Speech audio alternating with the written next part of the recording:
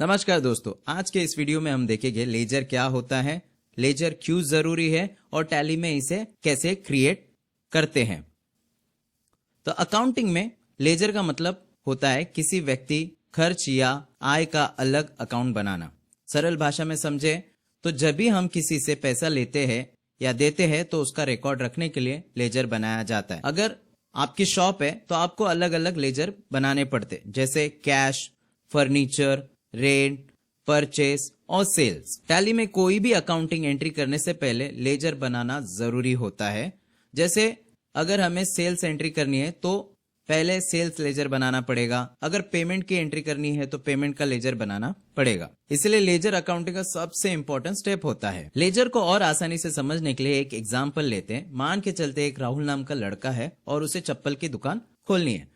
तो सबसे पहले शॉप के लिए जगह चाहिए, उसके लिए वो रेंट देगा। राहुल को शॉप में बेचने के लिए गुड्स खरीदना पड़ेगा, जैसे चप्पल हुआ, चप्पल से रिलेटेड अलग अलग शूज है या फिर जो भी चीजें हैं जो शॉप के लिए लगने वाली वो खरीदेगा। अब राहुल के शॉप में अलग अलग ट्रांजैक्शन हो गए। अगर राहुल इन सब ट्रांजैक्शन को एक ही जगह लिखेगा तो बाद में उसे समझना मुश्किल हो जाएगा और किसी चीज पर पैसा खर्च हुआ, कितना हुआ, वो कुछ भी उसे समझ में नहीं आएगा, बहुत कंफ्यूज होगा। इसलिए अकाउंटिंग में हम हर चीज का एक सेपरेट अकाउंट बनाते हैं जिसे लेजर कहा जाता है। अब राहुल टैली में रिपोर्ट जब देखेगा तो उसे आसानी से समझ में आएगा। तो उसे पता चलेगा टोटल परचेस कितना हुआ, टोटल सेल कितना हुआ, टोटल एक्सपेंस कितना हुआ, या फिर लॉस हुआ या प्रॉफिट हुआ। इसलिए टैली प्राइम में लेजर क्रिएशन अकाउंटिंग का सबसे इंपॉर्टेंट स्टेप होता है। सो दोस्तों, अब हम देखेंगे टैली में लेजर क्रिएट कैसे करते। तो पिछले वीडियो में हमने एक कंपनी क्रिएट की थी जिसका नाम था बाटा प्राइवेट लिमिटेड।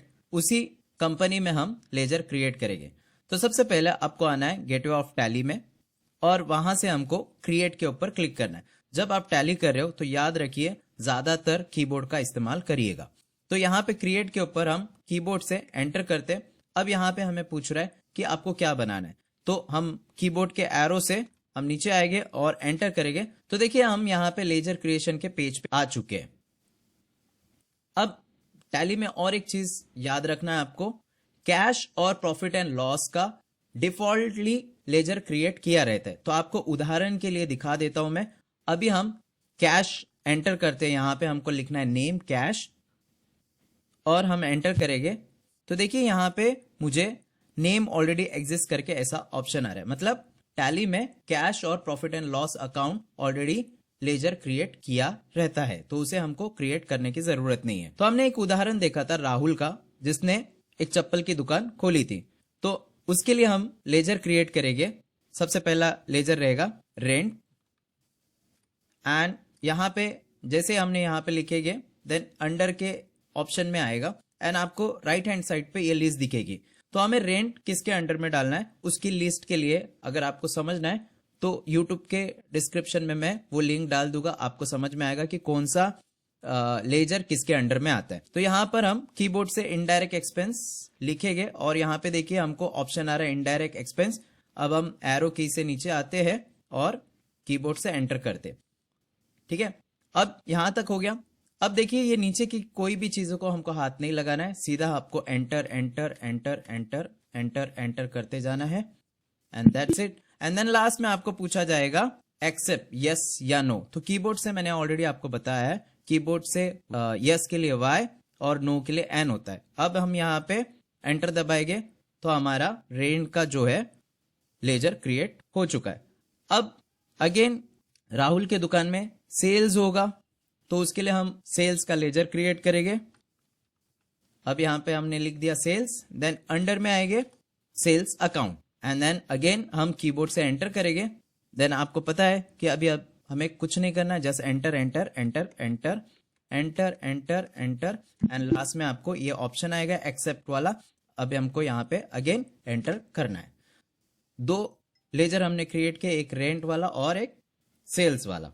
अब हम करेंगे परचेस, देन अगेन यहां पे लिखने के बाद हम आएंगे एंटर करेंगे। एंटर करने के बाद अंडर, देन यहाँ पे परचेस अकाउंट करके ऑप्शन आएगा आपके राइट हैंड पे देखिए एंड देन अगेन इसको सिलेक्ट करेंगे, एंटर करेंगे।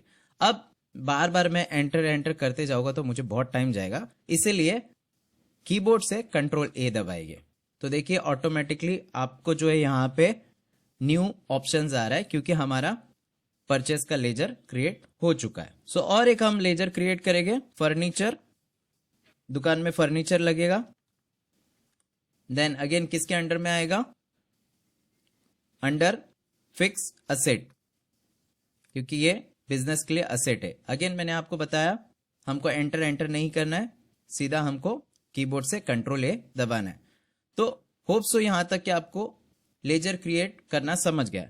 अब हम कीबोर्ड से एस्केप करेंगे और अब हम आएंगे अल्टर में और एंटर करेंगे और यहां से हम जाएंगे कि लेजर में। अभी हमने क्या किया था, लेजर क्रिएट किया था, तो लेजर में जाएंगे और देखेंगे कि हमने कौन से लेजर बनाए। तो मैंने पहले बताया था आपको cash and profit and loss का already inbuilt default ledger create रहता है, तो इसीलिए हमको उसको हाथ नहीं लगाना है। तो हमने क्या क्या बनाया, furniture, purchase and rent and sales.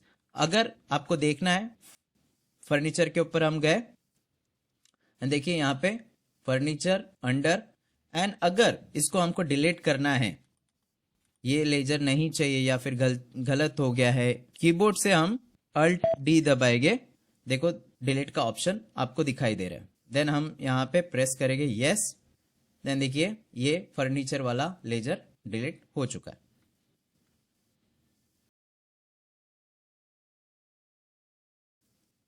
सो दोस्तों आशा करता हूं कि आपको लेजर क्रिएशन समझ में आ गया है। अगर हमारा ये वीडियो आपको हेल्पफुल लगा हो तो जरूर लाइक करिए, शेयर करें और सब्सक्राइब करें। Thank you.